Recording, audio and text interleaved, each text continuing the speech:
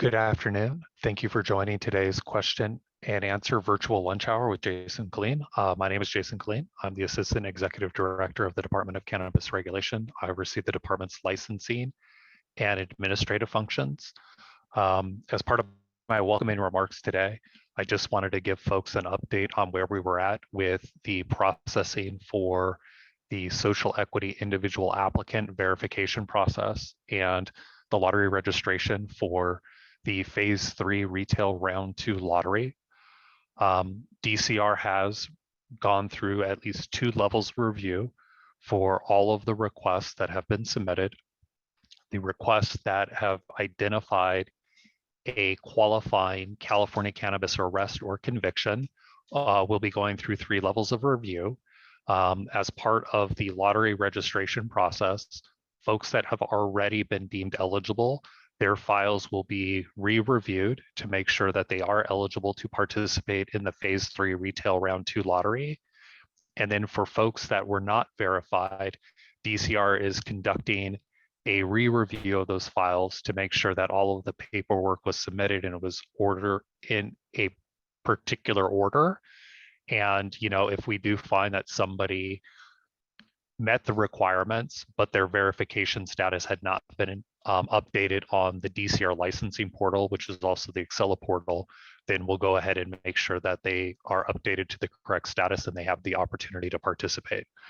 For folks that did not have a qualifying California cannabis arrest or a conviction, those folks were not eligible to participate in the phase 3 retail round 2 lottery. There were council members that had amended the requirements for the lottery a few years ago to require somebody to have that qualifying cannabis arrest or a conviction.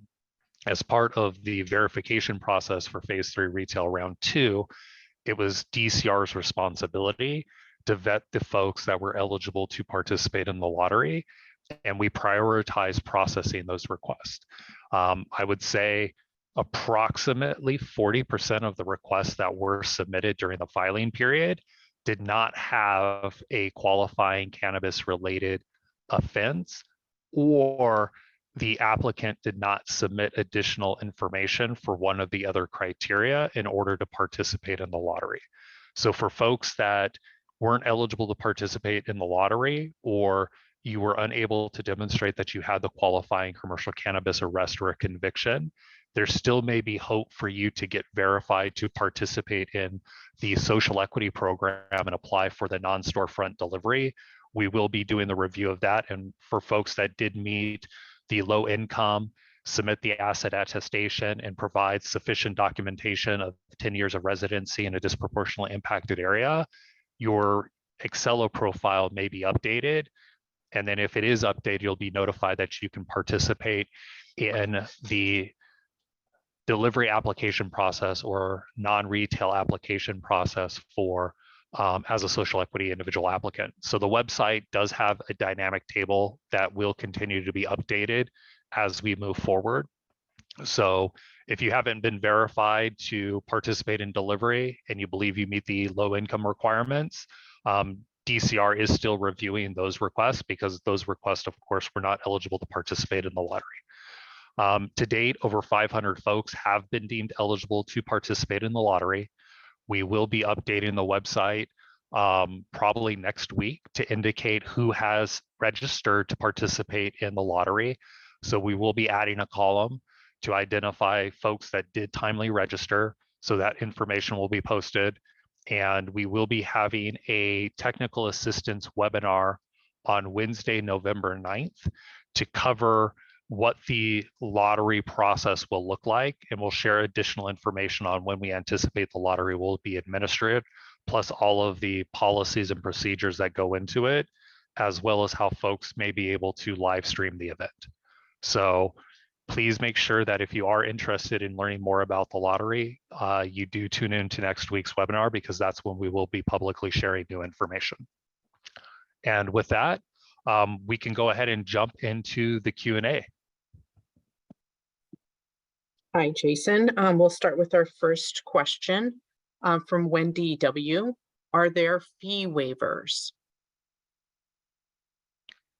So there are limited fee waivers.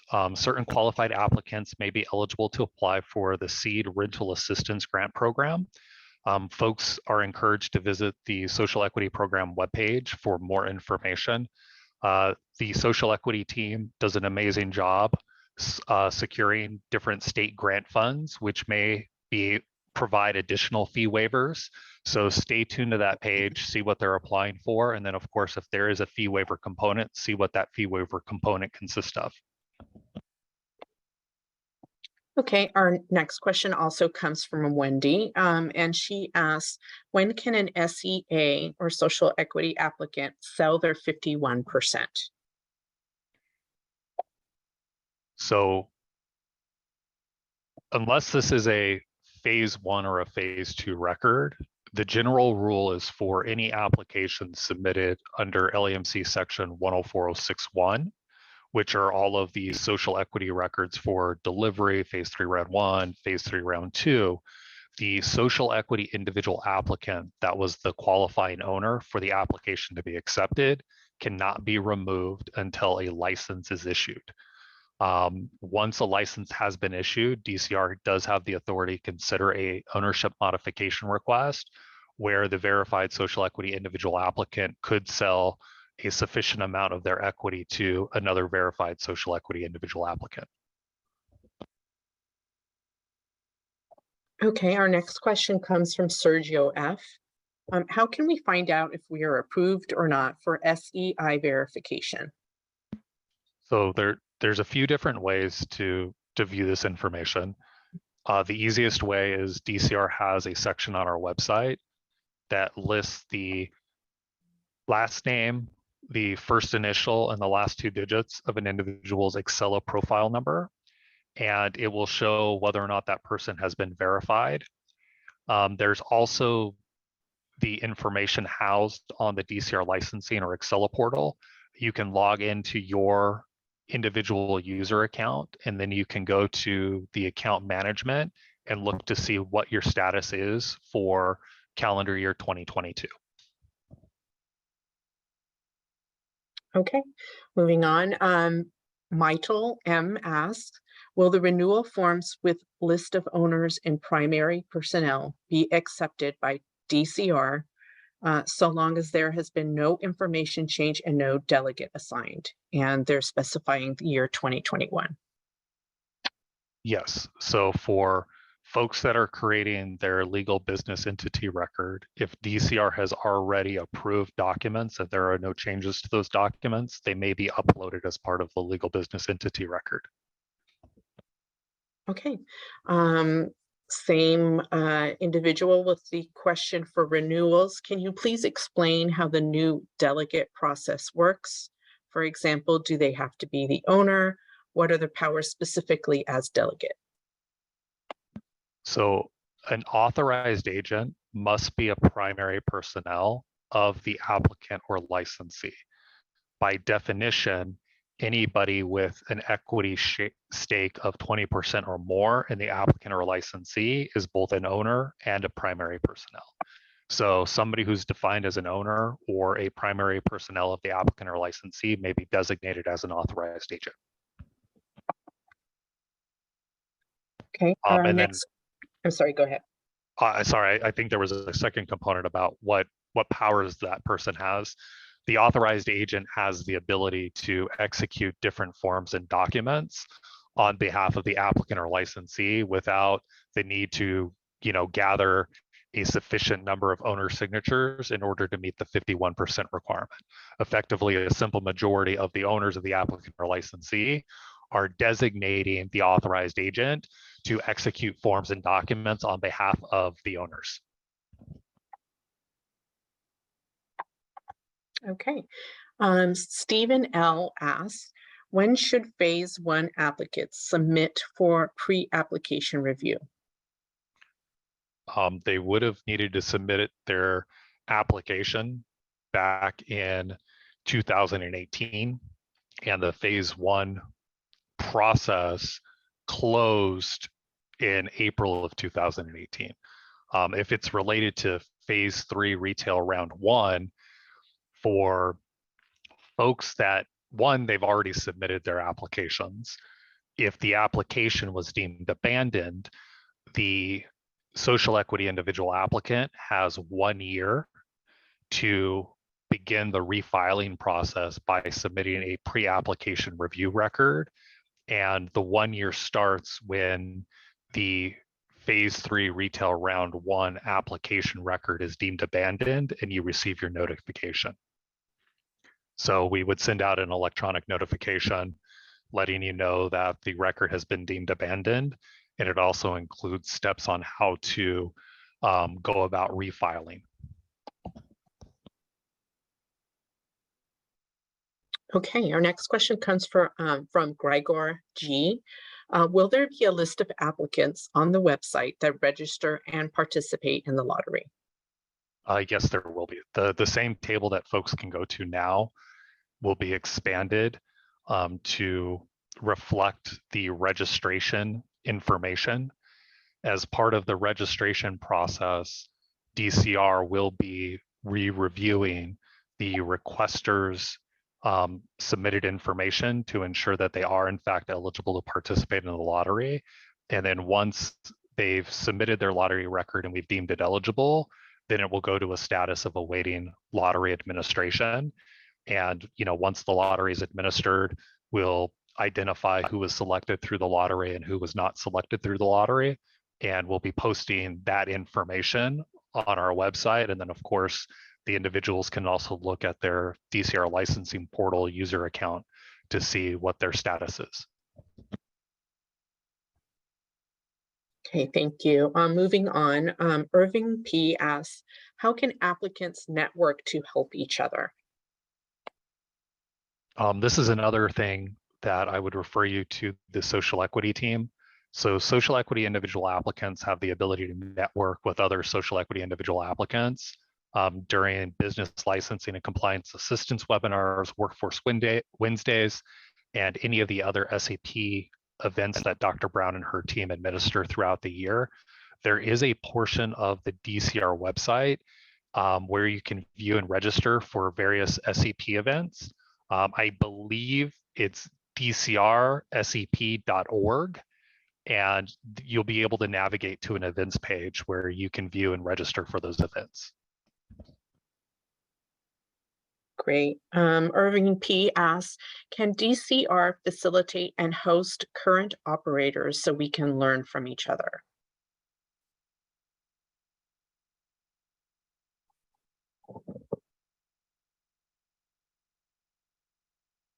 So it's an interesting question. So forgive me if I don't completely answer it. One is we're doing these Q&A sessions, we're doing the technical assistance webinars with the hope of being able to have open dialogue with applicants, licensees, prospective applicants, so that folks have the opportunity to ask questions of the department to better learn about what the laws are, what the rules and regulations are, what the application processes may consist of. But there is a lot of material that the social equity team has developed and worked with their vendors to develop that is available on the learning management system. So I know that there's over 100 hours of business licensing and compliance training. The social equity team has been partnering with various vendors to put together collateral materials about various aspects of running a business. In addition to everything that the social equity team has put together, the governor's office has a lot of resources for small businesses and entrepreneurs to understand what the requirements are to operate a business. That tends to be more geared towards permitting requirements and meeting building code or fire code, or kind of what to expect when you file your taxes, that are kind of subject matter expertise outside of what the department would provide typically through like the Q&A sessions or the technical assistance. But Dr. Brown and her team have partnered with a number of their vendors to develop cannabis business specific collateral materials that would be outside of the department's expertise, like how to cultivate, how to engage in track and trace and submit the information to the state and stay compliant with the state. So I encourage folks that have access to the learning management system to tap into that. And then also the business licensing and compliance assistance webinars, the workforce Wednesdays, and all of the other social equity program events are open to everybody. So, stay tuned, look at those. If you see an event coming up that you're interested in, make sure you sign up for it and attend it. And a lot of those materials then get rolled up into the learning management system so that folks that are unable to attend have access to it later. Great, thank you. And I want to note in the chat, I think staff is putting links. So if you're interested in any of them, you can click on those and get more information. Okay, so now we have a question from Jesse F. If all the eligible lottery applicants register prior to the 30-day registration period ending, will the lottery happen earlier than expected? The simple answer is no. DCR is required to provide 15 days advance notice before we administer the lottery. We will be providing notice next Wednesday. So, please tune in. We'll discuss what the lottery process is going to look like, how it's going to be administered, and we're going to provide you with the tentative date that the lottery will be administered. So please attend next Wednesday's webinar if you are interested in learning more about the lottery.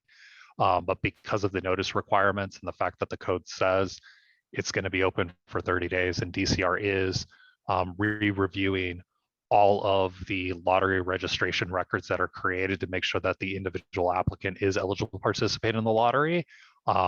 Even if we got a registration record, it's still going to take us at least a few days to re-review all of those materials and then make the appropriate selection as to whether or not they can participate in the lottery.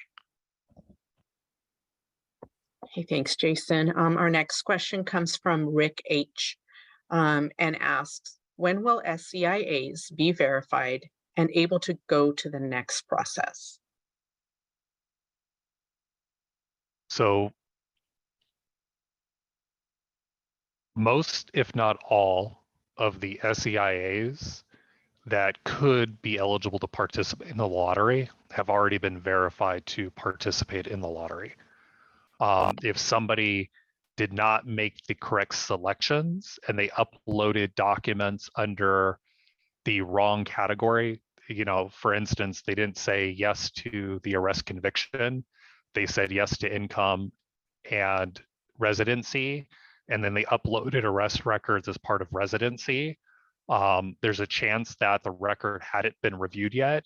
And as we're doing the cleanup and we're starting to process the folks that didn't answer yes to the qualifying cannabis arrest or record, there's an opportunity that I may catch it.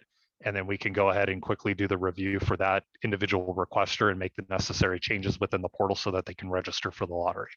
But I did start that re-review immediately after our team finished the 2 levels of processing that was originally anticipated.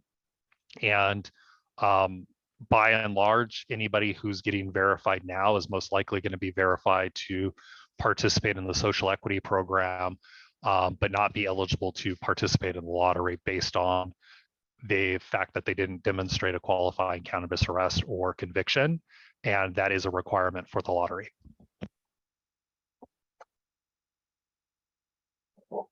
Okay, we have a question, a similar question from 2 individuals, Samuel and Anthony T. Both are asking how many people made it this far and how many licenses are available.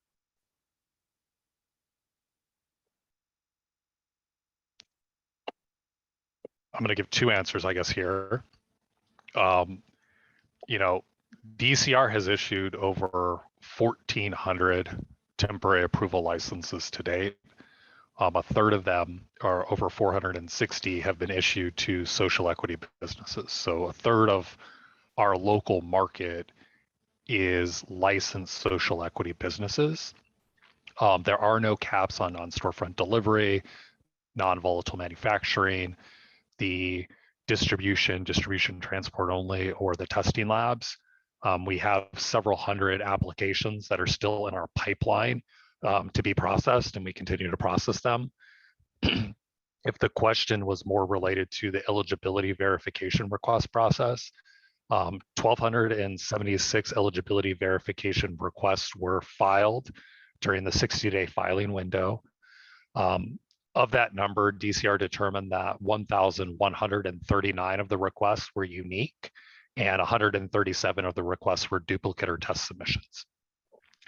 Of the 1,139 unique submissions, approximately 510 have been verified to participate in the lottery, and 629 were not verified to participate in the lottery because the participant didn't demonstrate a qualifying arrest or conviction and or meet at least one other criteria if they did provide evidence of an arrest or conviction. Folks do have to meet at least two of the criteria, and one has to be an arrest or a conviction.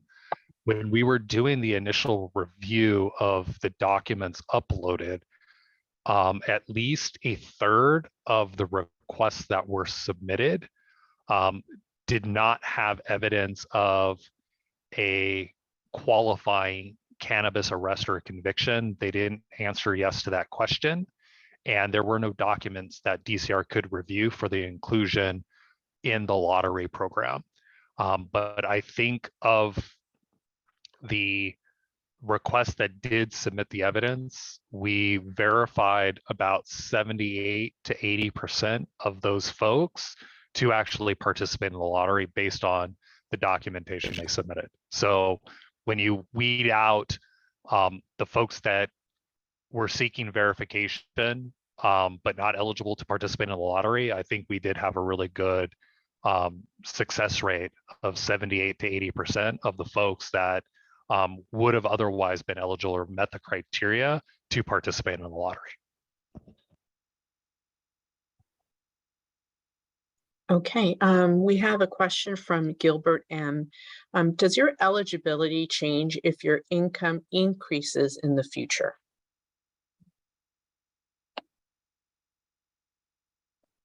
It does not change as it relates to records that were before the department when your status was in effect. So for somebody who was verified in 2019 and they participated in phase 3 retail round 1 and they have an active license or a record under the 2019 criteria in the phase 3 round 1 filing, your status on that record won't change.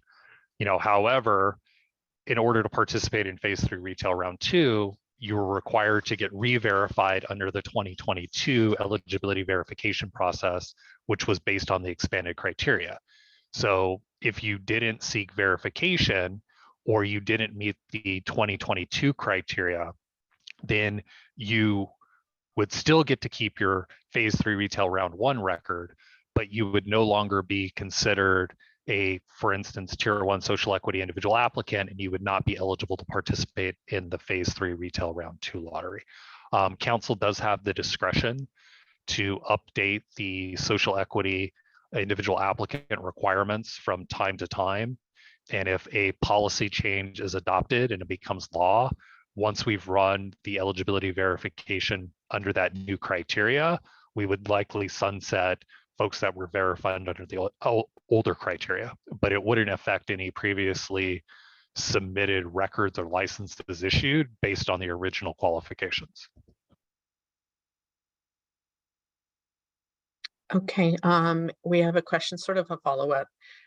Amy F., how can you qualify in phase 3, round 1 as a tier 1 applicant and not qualify for the new program that has the same qualifiers? So for instance, felony charges for pot and low income, both are the same. Well, okay, so technically it couldn't be the same because in 2019, the verification for low income was based on different tax years and it didn't require an asset attestation. So the criteria did change. In addition to using more current tax return documentation, there was the addition of an asset attestation form, and folks had to make sure that they had assets less than 4 times what their household income, low income requirement would be based on the HUD standards. So they're effectively the criteria changed. And one of the things that we've seen a lot of is under the original criteria, disproportionately impacted areas were based on zip codes. And the council changed that criterion back in 2020 to the original recommendation to be police reporting districts. So that narrowed the areas that could qualify for residency. In terms of arrest or conviction, you could have an arrest or a conviction that qualifies, but under the lottery, if there's something else in your criminal history that disqualifies you, and those disqualifications are listed in our LAMC 10403, you wouldn't be eligible to participate in the lottery. So for instance, if you provided your criminal history records, which showed a California cannabis arrest or a conviction prior to November 2016, and it also showed that you were convicted of fraud or embezzlement last year, you're disqualified for a period of 5 years from the date of that conviction. So there are things where maybe you meet one criteria, but something else disqualifies you.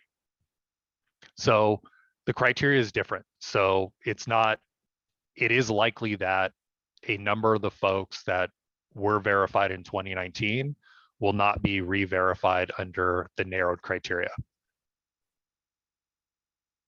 And a lot of folks also didn't upload all of the necessary or complete documents as part of the process.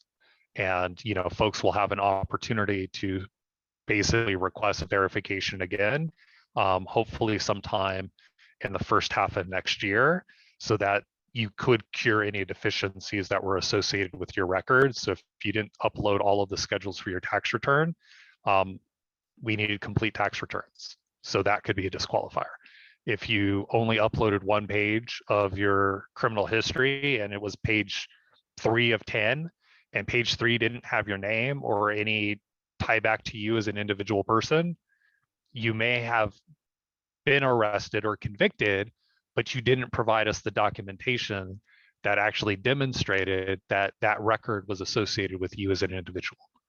And again, when the process reopens in 2023, if you do have the documentation to meet the requirements, you'll be able to request a verification at that time.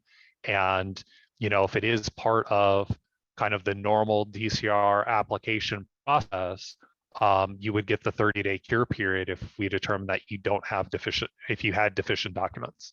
Under current local law, a cure period wasn't provided in LAMC 10406(1)C. So there is no ability to cure deficient documents in order to participate in the lottery, but we will open up the process again next year, and you will have the opportunity to seek verification at that time. Thanks, Jason. The next question comes from Leheaven J. What should an applicant do if they are a victim of a predatory lender? So verified social equity individual applicants can take advantage of the 10 free hours of pro bono legal services. The Los Angeles County Bar Association, or LACBA, has been partnering with the city to provide those services. Recently, Dr. Brown and her team, utilizing some grant funding and business license compliance assistance funding, did expand the program to allow for low bono legal services where folks could receive an additional 30 hours for a discounted rate. And I would encourage folks that do need some type of legal assistance to reach out to the social equity team to see how they can sign up and apply for those legal services.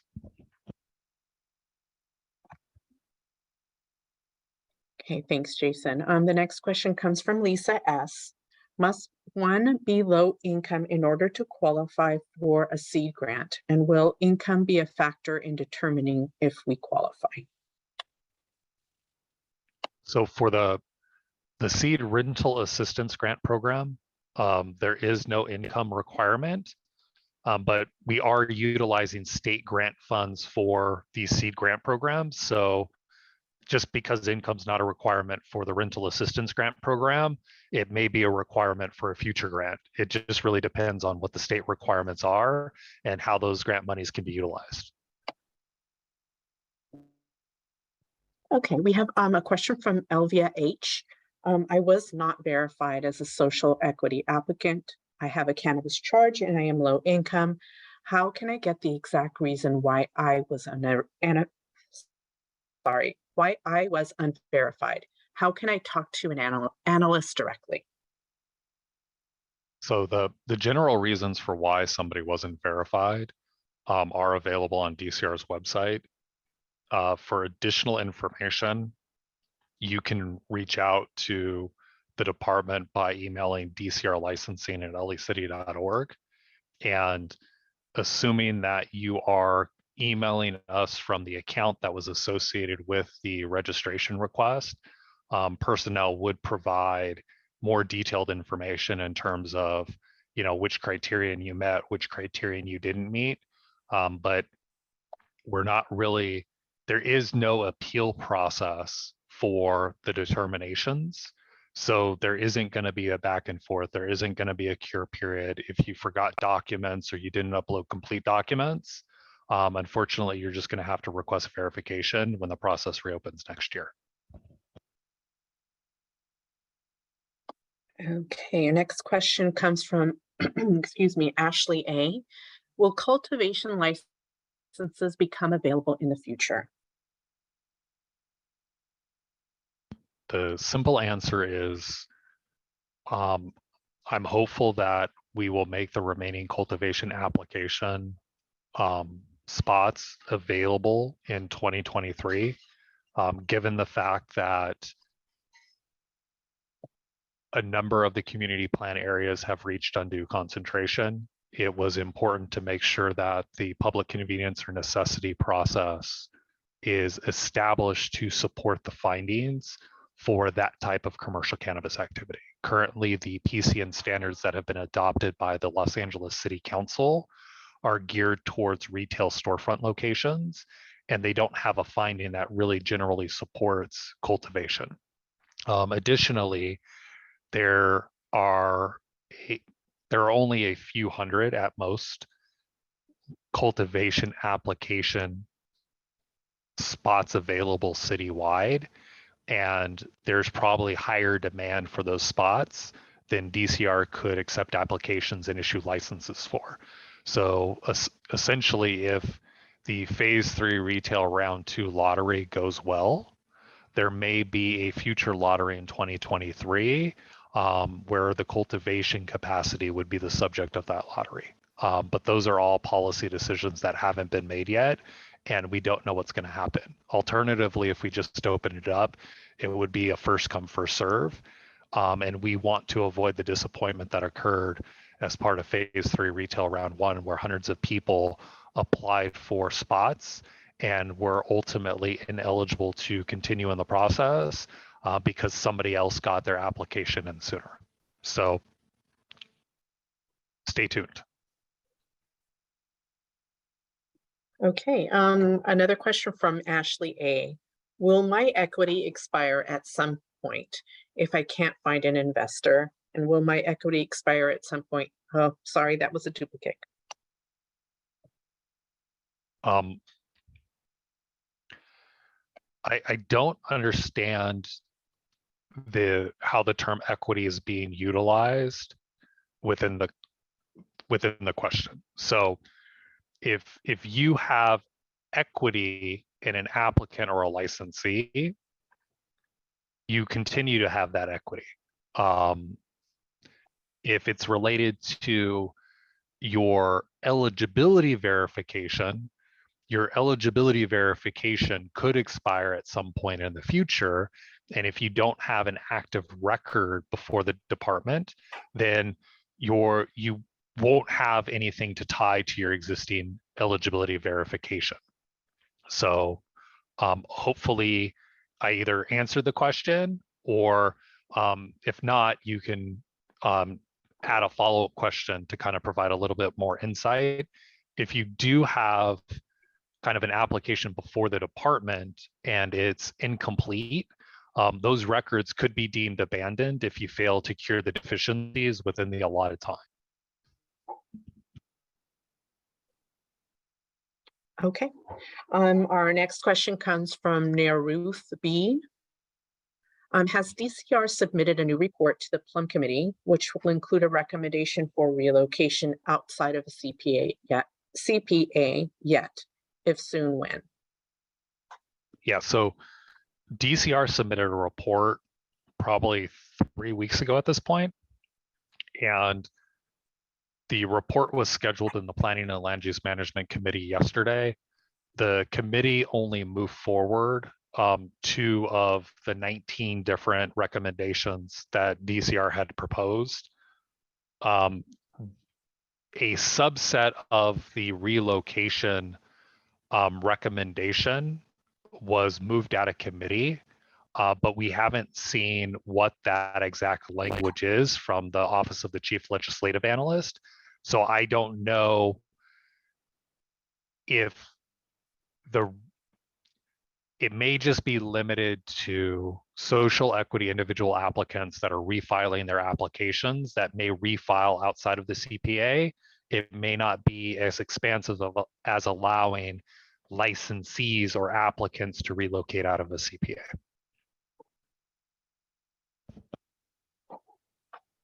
Okay. Anthony T.E., how will the lottery be administered?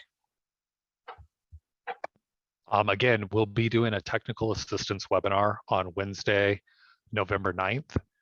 So if you're interested in finding out more details about the lottery, please stay tuned and tune into that webinar where we'll be sharing those details. Okay. Alicia S. asks, is it too late to start the application process?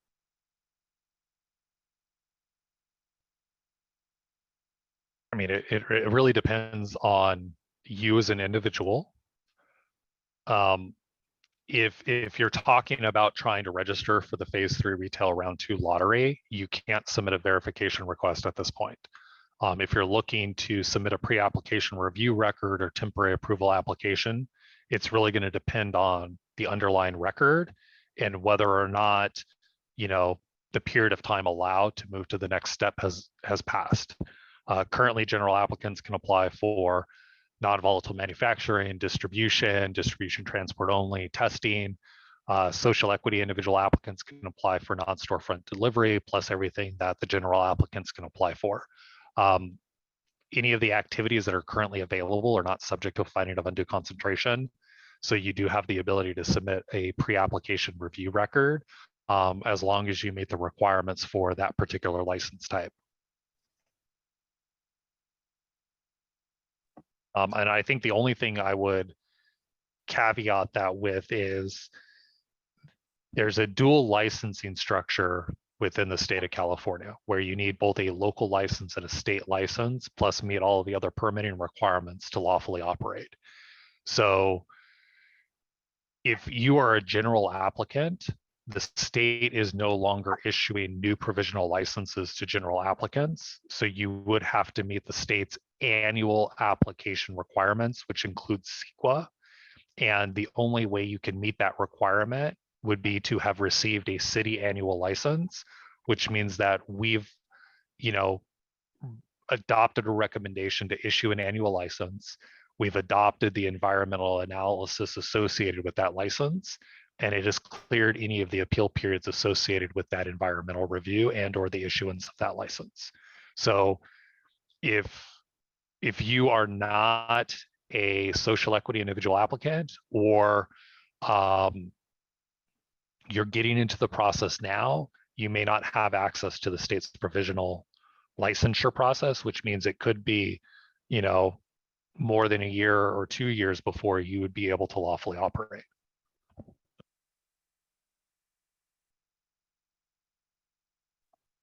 Okay, our next question comes from Nick S. What day will the lottery take place and where can we see the live draw? Again, please attend the technical assistance webinar on Wednesday, November 9th, 2022. We will be sharing that information then. Okay, here's a question from Carlos S. Are there building requirements? Yeah, there's building requirements, fire requirements, public health permit requirements. There are a lot of requirements outside of just meeting the requirements for DCR to consider and issue a license for a commercial cannabis activity. You know, DCR doesn't have authority over the building code, the fire code, the different health ordinances adopted by the city or by the county. So you will have to meet requirements of other agencies in order to lawfully operate. And if you don't meet those requirements, you could be cited for non-compliance with their codes, which could ultimately impact your ability to operate and result in a suspension or revocation of your license. Okay, our next question comes from Selena V. She's a prospective applicant and wants to know what is the best way to apply for a license.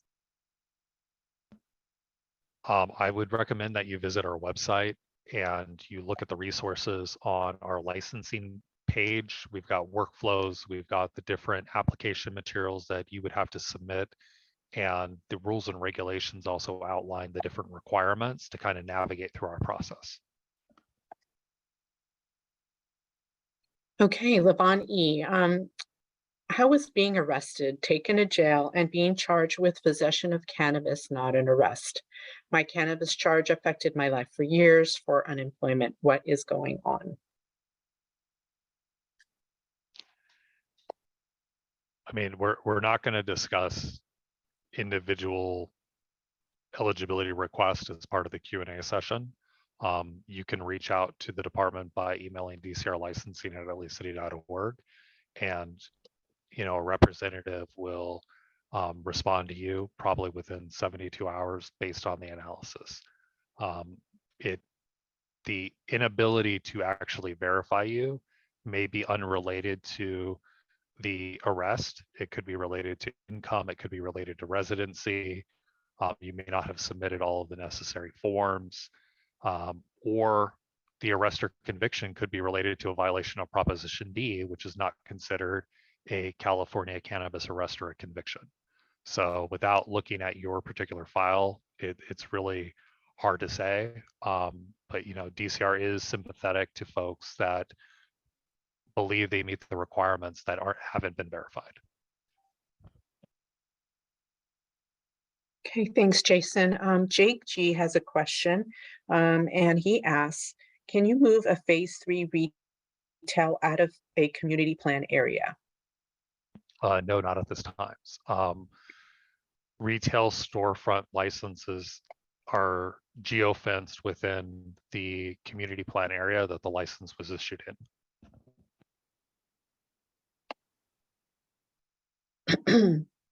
Our next question comes from Glenn J. And he says, I'm out of the loop and need to find a partner and work with an investor. I suffer from dyslexia.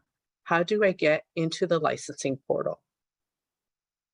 So the city of LA and the department specifically provide reasonable accommodations to make sure that there's equal access to programming and services. So I would recommend that you submit an accommodation request. You contact us at either cannabis@lacity.org or at our general telephone line 213-978-0738. And then typically within 10 business days, DCR can set up an appointment with an effort to better understand what accommodations may need to be made and how we could further assist you. Thanks, Jason. The next question comes from Carnell C. Once placed on a list, can the process be open to be expedited? I'm going to assume that this is on the list of social equity individual applicants selected as part of the phase 3 retail round 2 lottery process.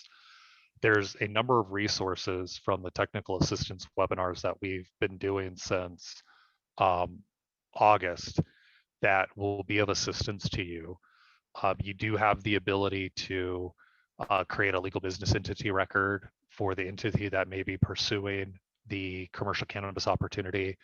You have the ability to request the equity share review on that legal entity record by vetting the owner's primary personnel and all of the operational related documents, the business formation documents, et cetera. That is significantly less paperwork that will have to be processed by the department if you are selected and then decide to go through the pre-application review and temporary approval processes. We've really tried to create a process that's bifurcated where folks can get feedback on the entity and whether or not the entity meets the equity share requirements for being considered a social equity applicant outside of the application process to streamline the process and really focus the application on time, place, and manner to the extent that we're focused on the premises diagram, whether or not you have a lease, you've submitted the necessary attestations and indemnification agreement for that location. Really, once that paperwork's done, we're looking at doing an initial inspection, and then you could be eligible to receive temporary approval from the city, which will help facilitate you seeking a provisional license with the state. I do recommend you reach out and review the technical assistance webinar number 3, where we went through how you can expedite your BTRC request. BTRC, of course, is a prereq for the legal entity record and what you can do with your legal entity record and all of the things you can do before we administer the lottery, so that if you are selected, your applications can be processed more expeditiously because you've already done a lot of the prep work. Okay, the next question also comes from Carnell C. When are the next round of grants coming? I don't know right now. It really comes down to the availability of the grant monies that are being provided by the state. Every time they offer a grant that we're eligible to apply for, Dr. B and her team are getting all the paperwork submitted, and they're competing for typically the largest award that the state issues. They've been really good about doing that. We did get a $22 million grant to assist us with facilitating people through the annual application process. For folks that do have licenses, that grant money is providing fee waivers for the environmental review as well as the annual application process.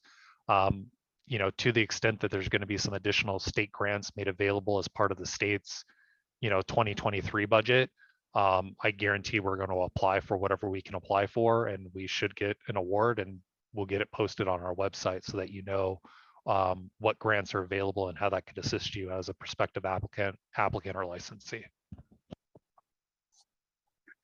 Excuse me. Destiny Al asks, if I get a delivery only license at my current location, can I operate other types of businesses that are not cannabis related at the same location? The simple answer is yes. To comply with local and state law, the areas where you are engaged in commercial cannabis activity do have to be a separate business premises from areas that you would engage in non-cannabis activity. So if you're operating a delivery business, one, you're not allowed to have customers come in. So you shouldn't have any access issues because customers can't be on site, especially at the areas where you're storing your cannabis or engaging in fulfilling orders, et cetera. But if you had kind of a warehouse or a strip mall where there were multiple units, you could use one unit for your cannabis related activities, or make sure you do the necessary tenant improvements to have a distinct location for the delivery activities. And you could have a separate area or a unit on the parcel where you sell shoes or you do something else. For the compliance in the business premises diagram, we can be a resource or an asset. If you have a question about the building and what permits may be necessary to create the two distinct business premises, I recommend you reach out to the Department of Building and Safety.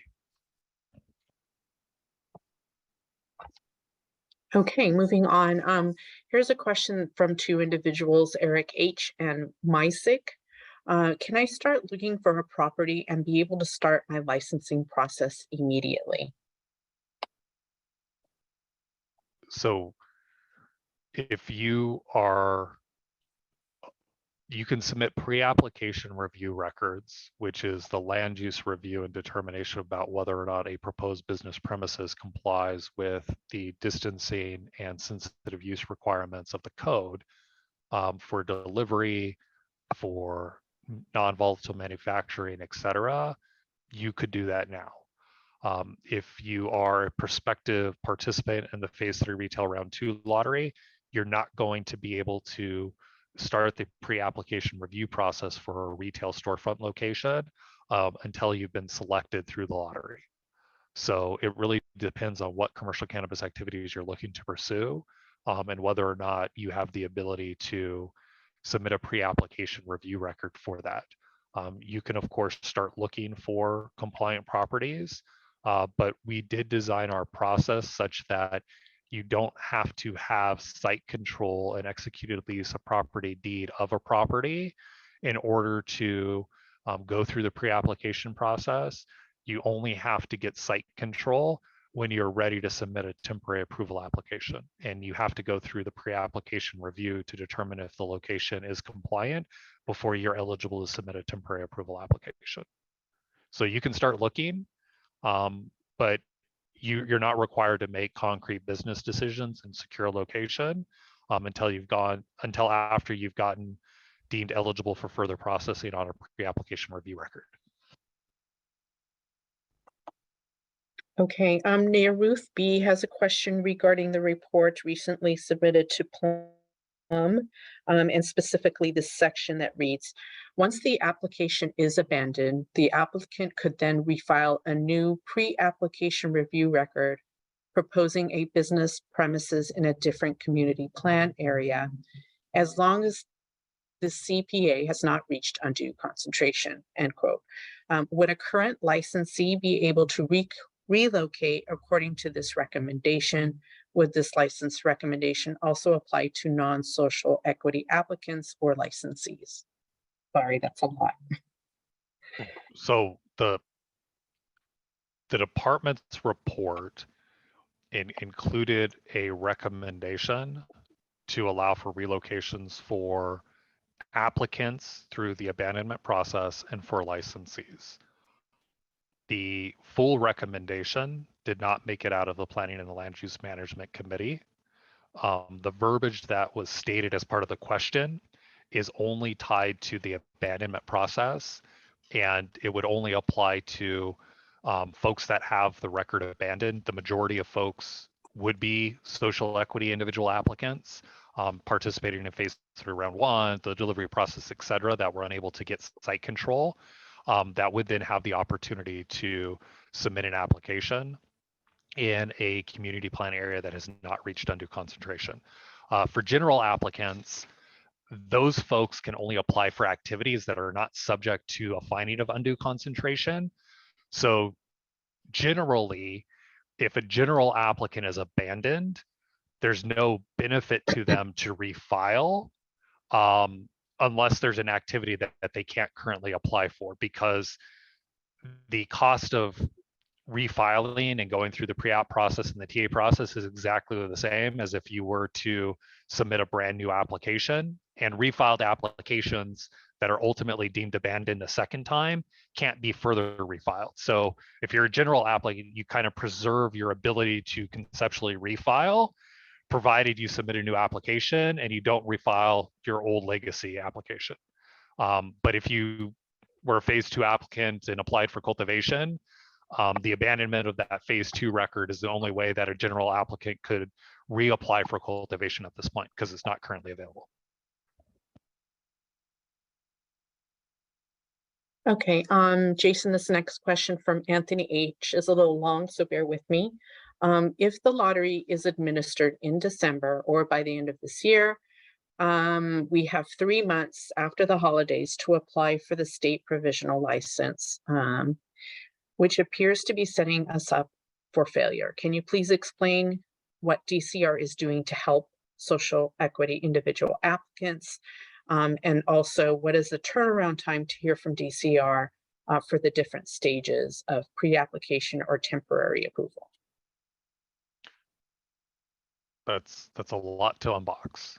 So DCR is making a concerted effort to administer the lottery before the end of the calendar year. And next Wednesday, we will announce more information as it relates to the lottery administration. At the end of the day, we have no control over the state's deadlines. And we did have to administer a process consistent with local law that did require a 60-day filing period, a 90-day processing period that couldn't run concurrent with the 60-day processing period. And then once we completed the 90 days, we could open up the 30-day lottery registration period. We have to provide at least 15 days notice before we administer the lottery, et cetera. And we've really been running all of these processes back to back and as efficiently as possible so that the director would be in a position to administer the lottery as early as possible. But we do have to adhere to the local code as it was adopted by the city council.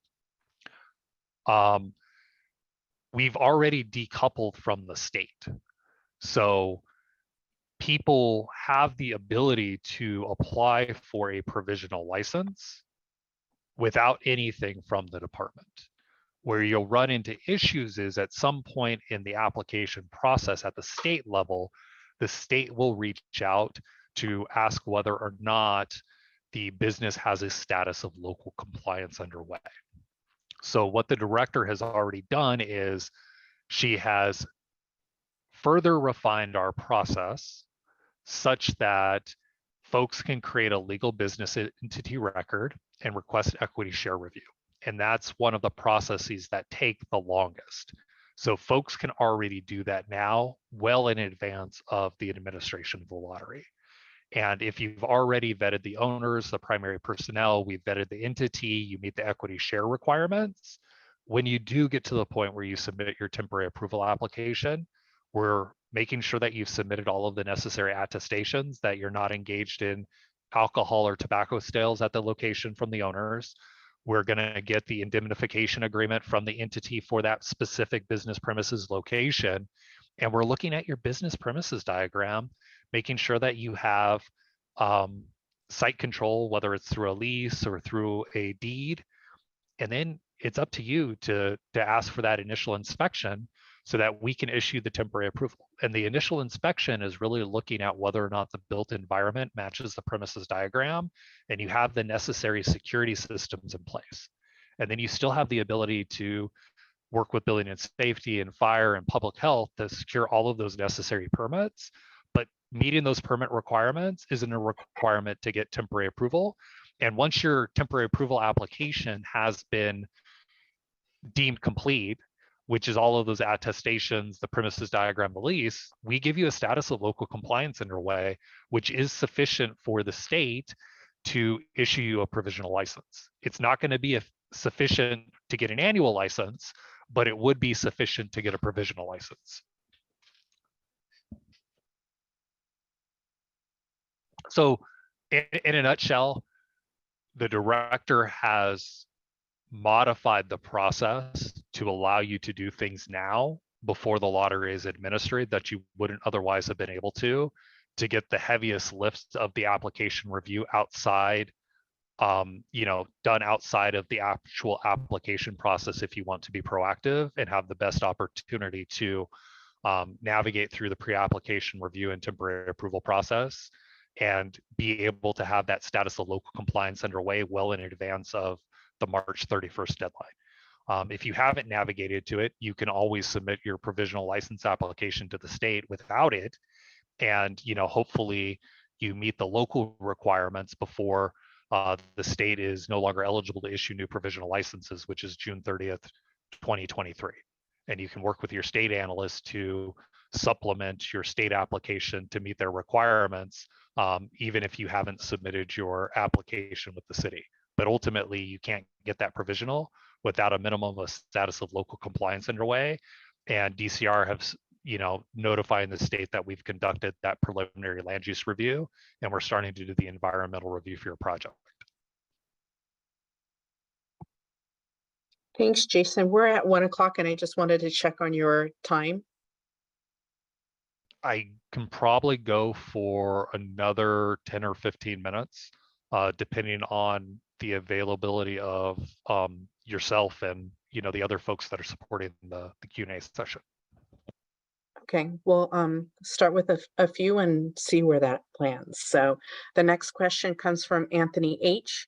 What is the status with the CEQA analysis and when will this information be disclosed to stakeholders?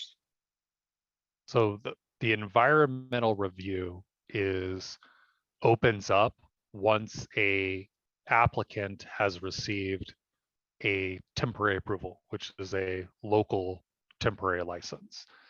Folks that don't have temporary approval are not eligible to go through the land use or the environmental review process until they get their license. And you have to complete the environmental analysis to be eligible to submit your annual application, and you have to get an annual license from the city before you can meet the state's annual application requirements.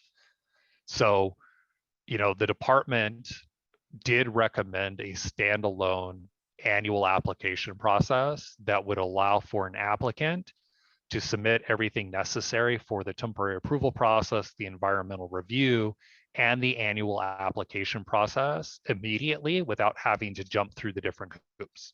Unfortunately, the Planning and Land Use Management Committee did not move that recommendation out of their committee.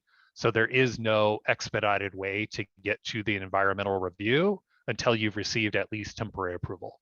And then of course, that temporary approval may or may not mean anything to you and your business if you can't get a provisional license from the state.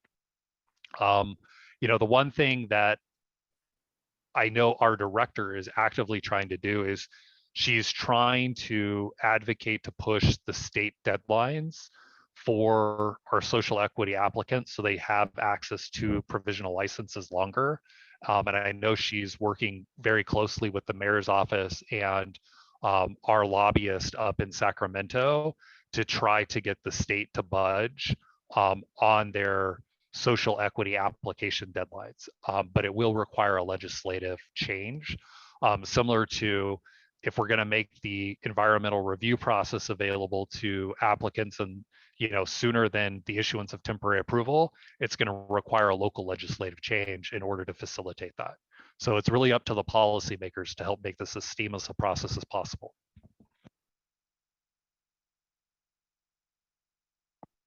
Our next question comes from two different individuals, Aaron I. and Michael M. When was the last time the DCR licensing map was updated to reflect the current and up-to-date sensitive uses and authorized retailers per community plan area? So the sensitive uses are updated on a quarterly basis. This is a timely question because the refresh of the data is going to be based on November 1st, 2022 data. So I pulled the sensitive use lists. I'm going to go through them and then make sure that things that are applicable to the city of LA remain on the list and then get that over to the Department of City Planning. And I expect the map will be refreshed by mid-November. And then as part of that refresh, we'll be updating the authorized retailers and the information associated with them. Next week at our technical assistance webinar, I will be sharing some of the undue concentration information and how many licenses we think may be available as part of the lottery. Undue concentration, again, is based on the issuance of a license. So, between now and when we administer the lottery, the folks that do receive a license for retail storefront will reduce the number of spots that will be available through the lottery. Map will be updated soon. It hasn't been updated in a quarter. We're going to get that information over to city planning before the end of the week. And the good thing is the director had enough foresight to align the administration of the lottery with the refresh of the maps. The folks that are selected that will be able to utilize that refreshed map data and get their pre-apps in, and hopefully be deemed eligible for further processing and submit their temporary approval application and plant those flags so they can move forward in our process.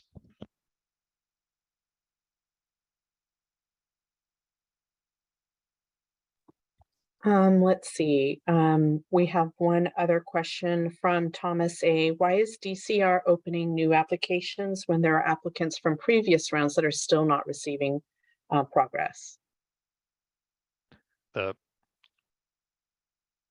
answer is the application process is an open-ended process, and the folks that are getting their analysts the necessary documents to move forward are moving forward. And unless and until you get meet all of the requirements and get all of the documentation in, your record can't move forward. And if you don't do it based on the changes that the city council adopted earlier this year, it will result in the abandonment of your record. So there's a follow-up to that question. And how will you prioritize existing applications that are still pending?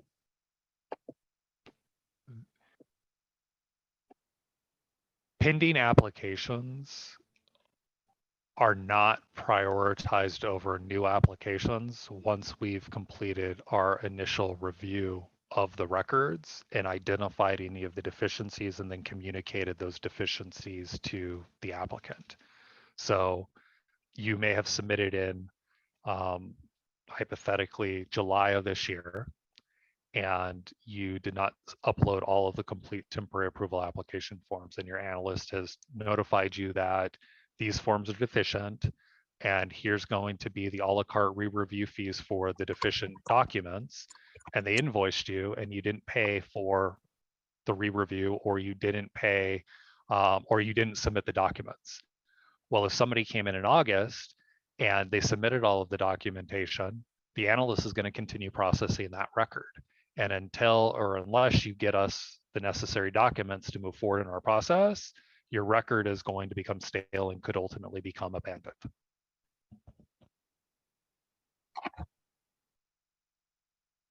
Okay, can you do another question?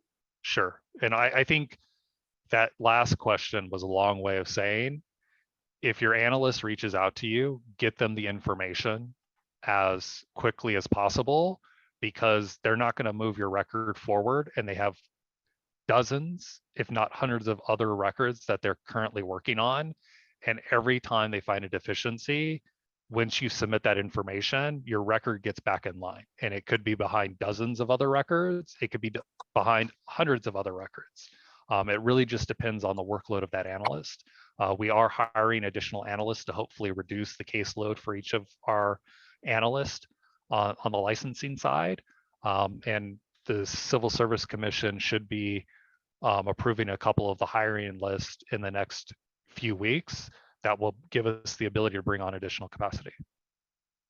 And yeah, I can take another question. Okay. Let's see, Deidre H. For social equity applicants who have not submitted an application yet, are we still eligible for delivery or distribution?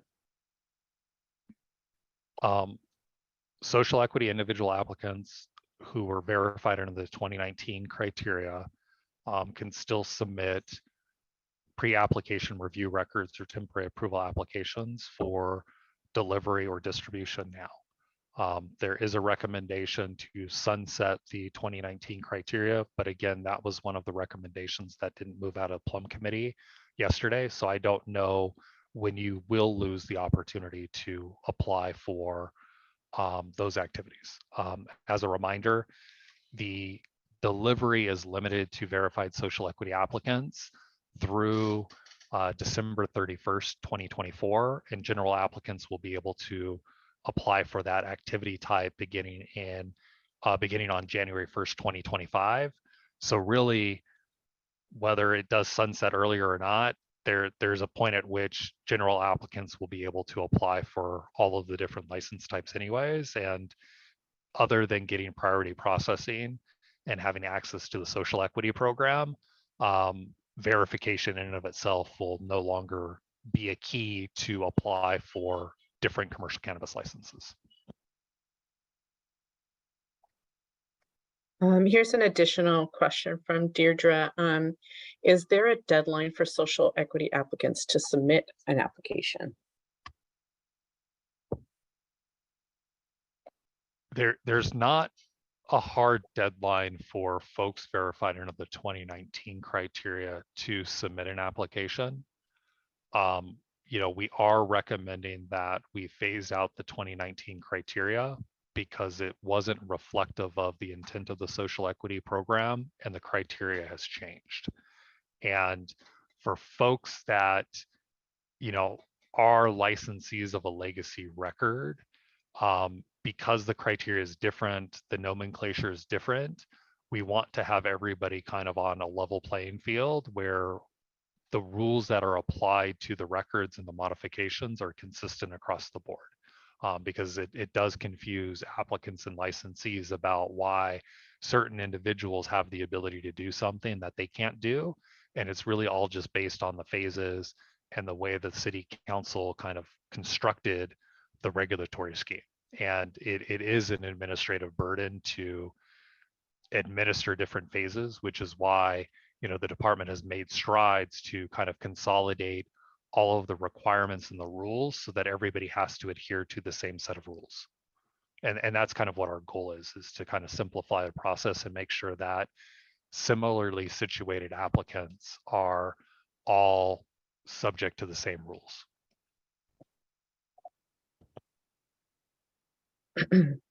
The next question comes from Reza S. When is the next round to get re-verified as social equity applicant if mine expires in December? DCR plans to reopen the eligibility verification process in the first half of next year. I expect it. I don't have a date yet. It's really going to come down to the administration of the lottery and kind of prioritizing getting folks that do get selected, that do immediately submit the pre-apps, kind of verified through our process as quickly as possible before we assign capacity to kind of process the social equity verification request that would come in. We do intend to open it up and leave it open so that it's not open and closed like it's been in the past, where we are only opening and closing it because we have to administer a different round for retail storefront. So hopefully that helps.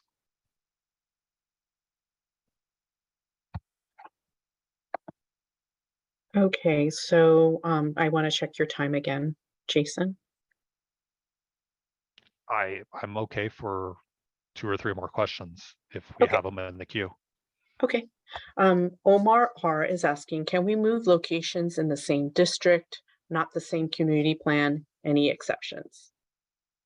The simple answer, if you have applied for the retail storefront or the cultivation activity, which is subject to a finding of undue concentration, you are geofenced into your community plan area. You can't move to a different community plan area, even if it's the same council district. Okay, Tania has some questions regarding the upcoming lottery. What is the software to conduct the lottery digitally called? What will be the lottery algorithm? Will it be every 3 SEIAs get selected for a lottery license in order for the dynamic list of verified SEIAs, which is in alphabetical order A to Z? People are probably tired of hearing me say that, but please tune in to next Wednesday's technical assistance webinar where we'll be sharing more information. Okay. Similar question, or probably similar answer, better put. Tania also asked, when does DCR plan on providing 15 days notice prior to the administration of the lottery? I plan on sharing very specific details about the lottery next Wednesday on November 9th. Okay, Alexander T says that he has not received any contact from DCR in regards to my phase two, probably round two verification. How can I check my status?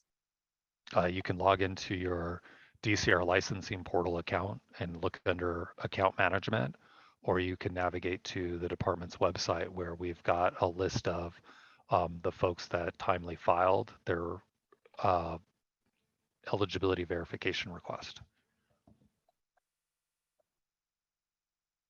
Okay, Shady M asks, what happens if you do not become a social equity applicant? Can I become a general applicant? So folks are all considered general applicants unless they're verified as a social equity individual applicant. Being verified does unlock the ability to apply for certain commercial cannabis activities that are limited to social equity applicants through December 31st, 2024.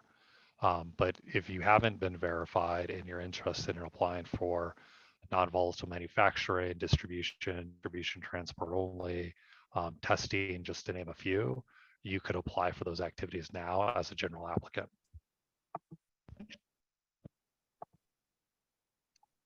Okay, an additional question from Jason F. Will DCR make public how many of the 473 verified SCIAs registered to participate in the lottery? And if so, by what date? So we've got over 500 verified social equity individual applicants that have been deemed eligible to participate in the lottery. If they do submit their lottery registration record, we will review their materials again to ensure that they are in fact eligible to participate in the lottery, and that based on the information submitted, there's nothing that would disqualify them, such as one of the reasons listed in our 10403 that could disqualify somebody from being an owner. In terms of the lottery registration records, there's over 200 records that have been submitted to date. And, our licensing team is starting to migrate the supporting documents into those lottery registration records. Then they'll begin to do the second level, or at this point, it would be the third level of review for those documents and to workflow those records. I anticipate that next week we're going to start to share, who has been deemed eligible to participate in the lottery based on those lottery registration records. And, we're going to continue processing those records up through the 30 days. And as long as it takes beyond the 30 days to get them all reviewed, processed, and ready to move forward. So how many are going to participate? I don't know. You have to proactively register for the lottery. And like I said, over 200 have been submitted to date.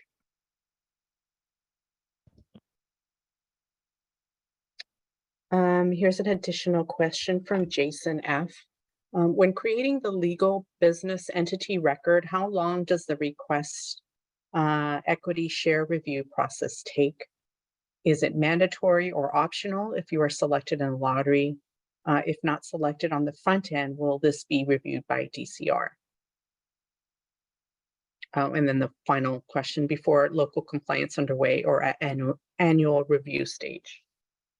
So if you create a legal business entity record, you can select to request the equity share review and then pay the corresponding equity share review fees.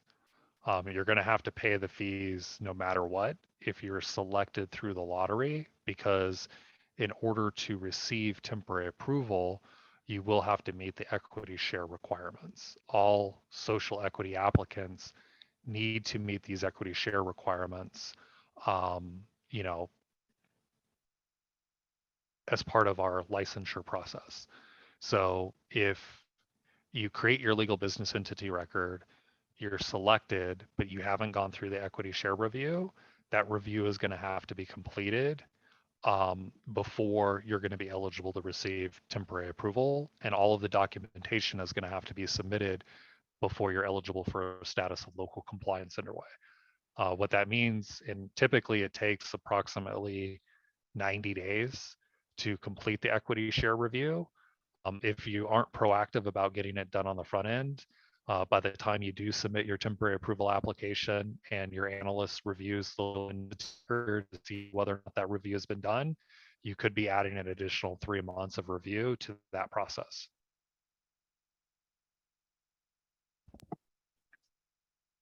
We have a question from Kalani A. Will I have the chance to provide my entire tax return after it was denied for being incomplete? As part of the process to participate in the phase 3 retail round 2 lottery, no. There was a 60-day filing window. Whatever documentation was submitted within that window is what DCR has the authority to review, and the code doesn't provide the opportunity to cure.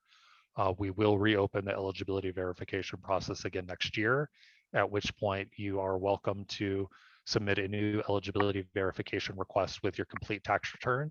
And hopefully that documentation will be sufficient to get you verified to participate in the social equity program. Okay, the next question from Kevin B. When is the next chance to get fully licensed? I was confirmed, but it was too late to submit a building approval.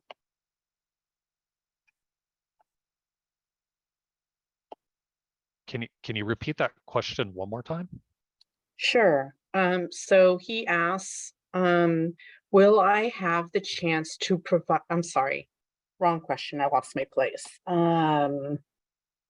Oh, here it is. When is the next chance to get fully licensed? I was confirmed, but it was too late to submit building approval. I mean, there's really not enough information there for us. DCR's process is bifurcated, and it's separate and apart from building permit processes, fire permit processes, health permit processes. So your ability to navigate through the pre-app review and then through the temporary approval process is generally not predicated on you demonstrating that you've met building code, fire code, health code, but it is a requirement for you to meet those requirements before an annual license could be issued.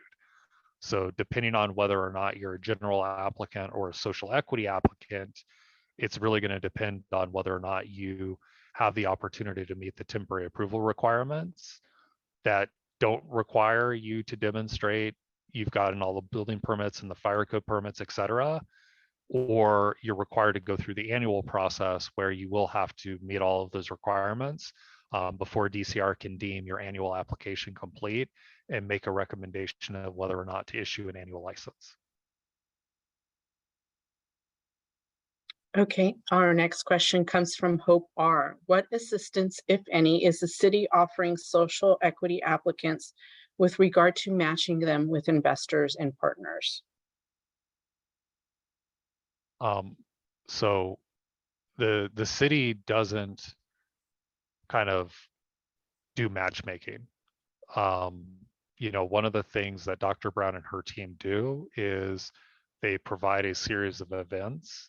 And, you know, at those events, folks have the opportunity to meet other social equity individual applicants that may be looking for partners. There may be investors there, and then you can network at these events. But DCR doesn't have a matchmaking service. Okay, Jason, are you ready for the last question of the day? I am, and it's good timing because I do have a hard stop in 3 minutes. Okay. Hope R. Does the city provide a contact list to help applicants stay in touch with each other and support each other? You know, again, we don't do matchmaking or try to link applicants or licensees up with one another. The events that Dr. Brown and her team host are good opportunities for you to network and meet up with other folks that are either similarly situated where you can swap stories, or maybe looking to partner with somebody. Again, the dcrsep.org website does have a list of the events and what the events are for and kind of what's going to be happening there. And if you are interested in connecting with other applicants or trying to see whether or not there are services that you may be able to get from other applicants, really these events are probably your opportunity to meet folks.